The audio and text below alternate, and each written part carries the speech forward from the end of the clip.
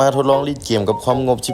11,990,000 กีบหรือ 18,000 บาทถ้าท่านใดอยากเบิ่งสเปคแบบละเอียดให้เข้าไปเบิ่งทางเพจและทาง TikTok ของเขาได้เลยเพราะทางเขาจะอธิบายแบบละเอียดไว้ทาง TikTok และพิมพ์แบบละเอียดไว้ทางเพจแล้วราคาปกติของคอมเครื่องนี้แม่น 12,990,000 กีบแต่ทางห้านเขาได้จัดโปรโมชั่นลดเหลือ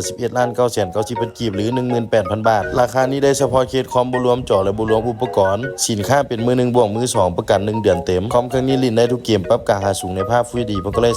20,080มื้อนี้เขาจะมาลองอยู่3เกม GTA V Cyberpunk 2077และ Far Cry 6ถ้า3เกมนี้ลิ้นได้เกมอื่นก็ลิ้นได้สบายเพราะ3เกมนี้ก็ถือว่ากินสเปคพอสมควรในยุคปัจจุบันเกมแรกที่เขาจะมาลองก็คือ GTA Vภาพต่างๆเขาจะปรับเป็น Full HD ผมก็เลย20,080กราฟิกต่างๆเขาจะปรับเป็น Very High ทุกอย่างเลยเฟรมก็สิได้อยู่ประมาณ170-180เฟรมถือว่าเฟรมตันเลยของ GTA V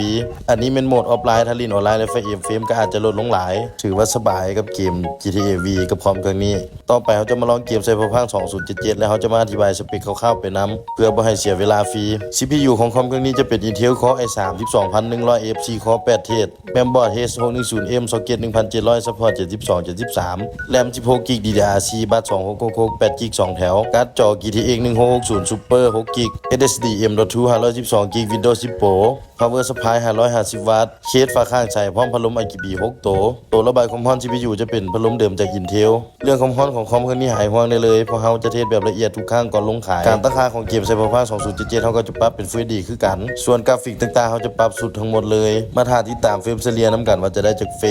มเฉลี่ยออกมาแล้วได้90เฟรม90กว่าเฟรมถือว่าลิ้นได้สบายกับ Cyberpunk 2077ปรับสุดกับคอมเครื่องนี้ต่อไปเราจะมาลอง Far Cry 6ท่านใดสนใจสามารถติดต่อหาเพจมิสเตอร์บอสจำหน่ายคอมพิวเตอร์หรือเบอร์ WhatsApp